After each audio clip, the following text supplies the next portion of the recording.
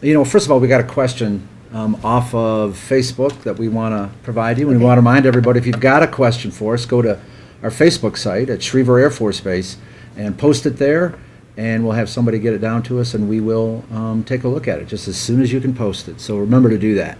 A question from Deanna. When you were over there in Afghanistan, did you use the base operators and global DSN operators to assist you in your morale calls to family and friends? Yes, actually, every time I would make a morale call, I try to call my husband at least 3 or 4 times a week. And whoever answered the phone at Schriever, they're very courteous, they were helpful. I think one lady even just asked me how I was doing, making sure, just checking up on me. It's kind of nice to good experience. Yeah, exactly. And I just asked them to transfer me to an off-base line so that I could talk to my husband, and no problems at all. So I really appreciate it. And it appears that question actually came from an operator that Right. does that, and she wanted to know how they were doing. You guys are doing great. So thank you very much. Let's move back now to your deployment. Specifically, you talked a little bit about working with the Afghans. Tell us more about that experience, specifically working with the Afghan military, the Afghan police. I think the biggest difference or difficulty was the leadership styles that we had to deal with. The Afghans may take a week to complete a project, but we would use a day or two. So it was very hard to measure accomplishments or set a standard, because you would want to measure their actions to your standard, which you're used to doing back in the States, versus if they accomplished something in a week, that was great, and so you kind of had to adjust your leadership style frequently, just so that you could work with them and understand that they're making progress, rather than just getting frustrated and saying, you guys need to hurry up and do this. Right. So again, cultural differences that you dealt with over there. I know something else, and I know it was highlighted in a newspaper story that that Sergeant De Los Reyes wrote in the newspaper, was that maybe they didn't always, the Afghan military, specifically the Afghan colonel that you worked with, maybe didn't consider working with a woman in the military as appropriate or worthwhile. Maybe you could expound on that a little bit. Right. It was very different, particularly for their culture. They slowly came to accept coalition women in the military, even though it was different because we were put in leadership roles. Yes. Uh-huh. But it was still taboo to have, it was husbands didn't want their wives in the military, or husbands didn't want their wives in the police force, and so it was very hard to get over that cultural difference, because some women would actually be disowned if they had decided to still press on with that, which you had to give them credit for. I mean, they had a lot of courage to do that.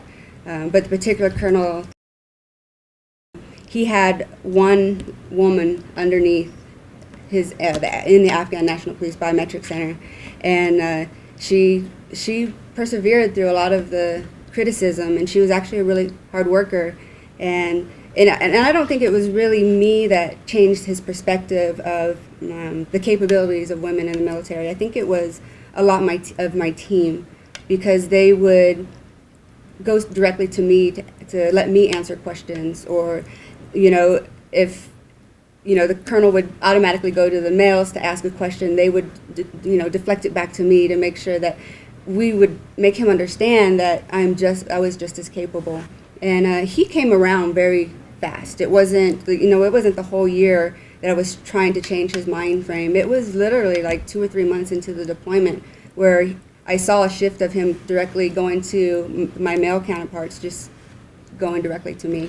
Did that, when he shifted, did you find that maybe the other Afghan officers under his command shifted as well? The other Afghan officers that were really under him were a younger culture. So they were more westernized. They were able to accept it. They were able to, and I think having them come straight to me with questions also helped, change his mindset a little.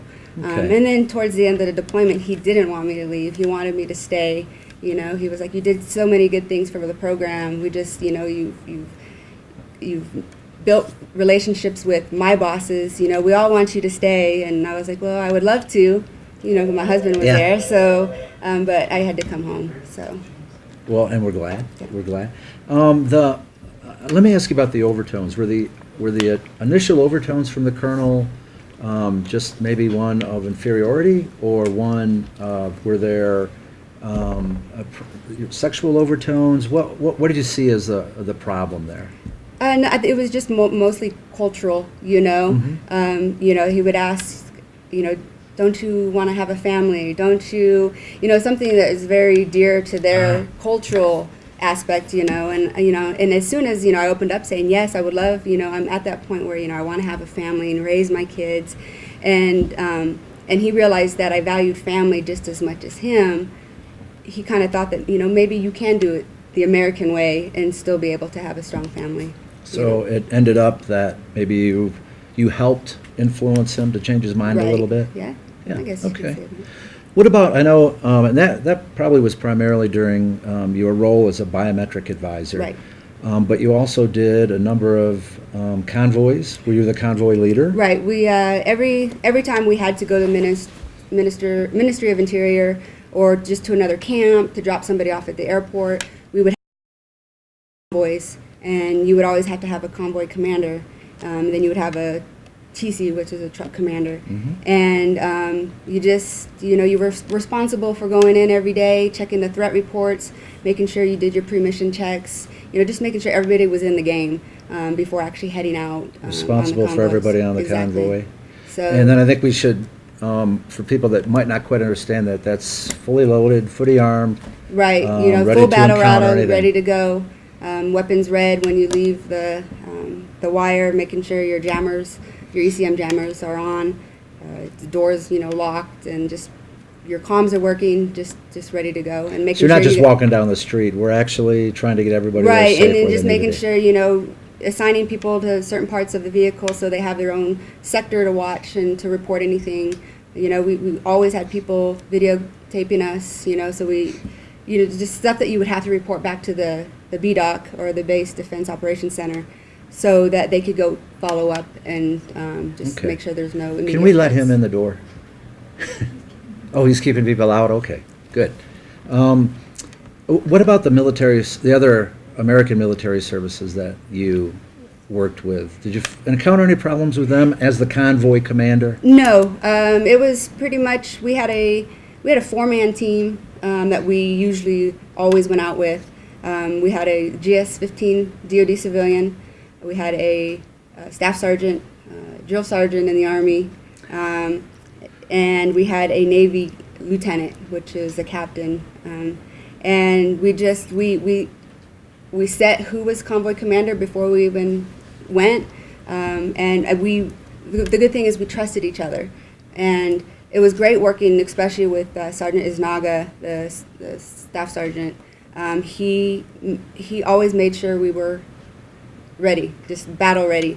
If it was when was the last time you cleaned your weapon, or you know, I learned so much from him that I just felt confident to go out as a convoy commander and be responsible for my team members. And I think that's what you need, is that camaraderie out there, and we had it as a team.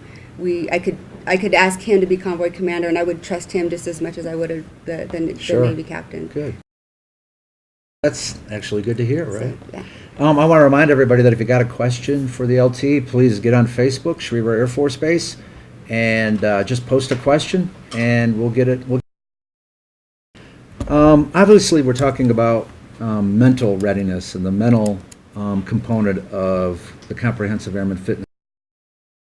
Schriever Tough.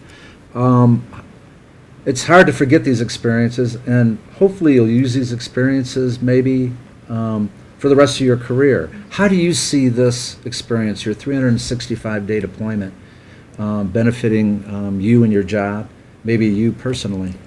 I think the biggest, especially with all the convoys that we went on, is to never get complacent.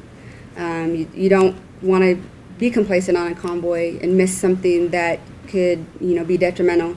At the same time, you don't want to become complacent at work. You could be like as a satellite operator. You just, you know, you start doing things in routine, and then you may just miss something important because you just go in, you know, auto mode. Yeah. So being complacent and then really building relationships with the people on your team. It doesn't, it's not that we automatically got along on our team. We had to work at building our camaraderie and, working together as a team and identifying, my weaknesses so that if they were to try to improve that weakness, I wouldn't be offended or I wouldn't, take it personal. That I would Sure. take it as if, we're doing it for the best for everybody. So I think not becoming complacent is one of the biggest things that I learned out there. Okay, that I great. could We do. apply to my job here. Yeah, right, exactly. We do have another question off of Facebook. James says, asks this question, what was your biggest challenge during your deployment? The biggest challenge would, What kept you up at nights?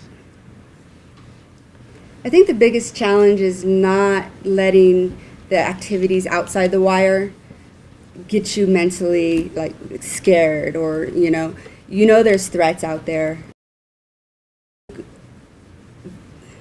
The biggest point where it was hard was when May 16th, we lost 6 guys from Camp Eggers during an IED attack. And they were in a convoy on a road that we always go on. And, you start thinking, that could have been me. Is getting back up and just going. You don't want an incident like that to stop what we're there to do. And I give credit to the convoy commander of that convoy. He was in the second vehicle back, and he actually, he survived. The individuals in the second vehicle survived, and he was just open about it. So, and the reason he did that was so that we would all be prepared mentally to go back out there, and you just can't let that stop you from performing the job that Still you're have a supposed job to do. to do. Right. Mhm. And just seeing that big, can say, is just observing him be so strong. And he was going through a lot of stuff mentally, but he made sure that everybody else continued to be strong, and he didn't want them to, because then it may affect your mission the next time you're on your convoy if you're constantly thinking negative things. So. I know one of the things that maybe was unique to your deployment that not everyone gets to experience is that your husband ended up deploying as well to the same location. Yes. Now when I look at that, I go, sweet. Yeah. But I know there were some challenges with that as well. Could you talk about that a little bit? Yeah, it was nice. It made the time go by a lot faster, knowing that, when you're coming back to base, you have somebody there that, your significant other. I mean, your rock, somebody that you depend on. Sure. And, but it was hard for both of us to see, walking down what we called Gator Alley to go out to our vehicles, full battle rattle, sending them off, but knowing the threats that are out there kind of made you a little bit more uneasy. There's the rub right Yeah, there. exactly. So, and the same thing, he hated seeing me. He knew it was my job, but he hated seeing me in the full battle rattle going out, because here we can do things together, and he could be my supporting partner here, or step up when he needs to here. It's you try not to think bad outside the wire. So kind of a different side of it. It then. is. There's So it really brought us together a lot closer as well. So, open, because he was actually in Iraq during the first war, and he helped me out a lot when the IED went off, because he survived an IED attack. And just hearing it from his perspective and Yes. him giving me pointers really helped me maintain that mental strength that needed every day. That you needed every day. We have another question from somebody on Facebook, from Michael. Michael asked this, what's the most important lesson that you learned and that you were able to bring back here? And I know you talked about initially attention. Not becoming complacent. Yeah. I would also say that just because you have your standards, that you have to understand that everybody's different.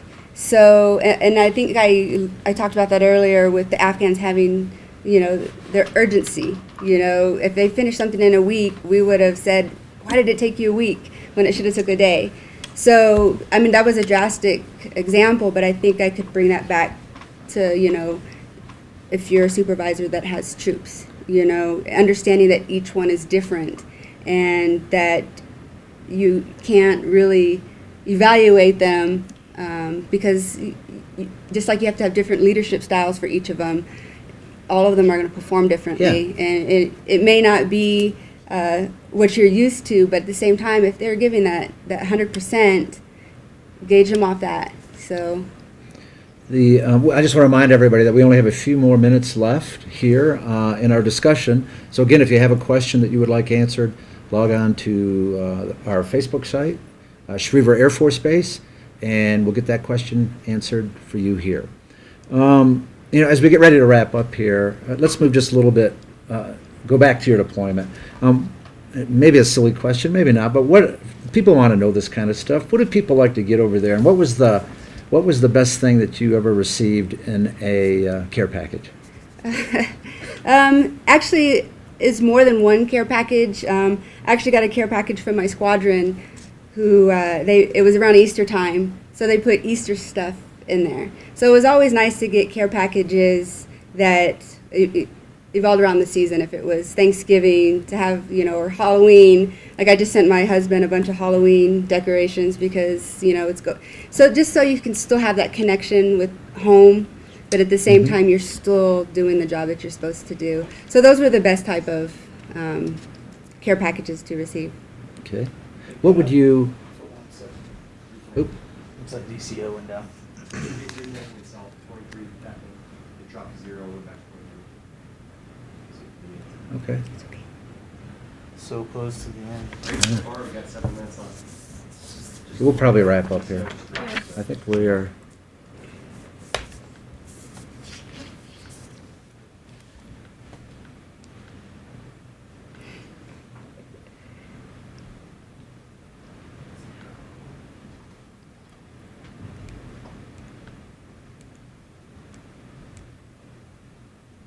You got back. Okay, are we back? Are we ready? Audio's not back yet. Okay.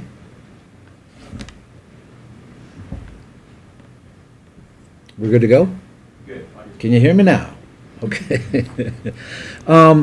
Excellent. We dropped out for a second, but we're back. We still have a couple more questions. We still have a little bit more time for your questions too. Schriever Air Force Base on Facebook. Ask your question, and we'll get it answered for you.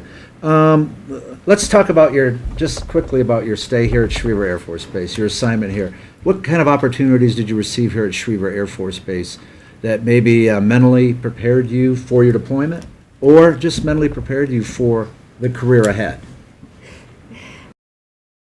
Even though exercises aren't always, the funnest to experience, they do help you in real, in the real world.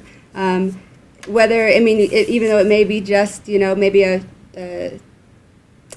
active shooter, it allows you to take, follow the steps in your, review the steps in your mind. Like, what am I supposed to be doing? This, and this.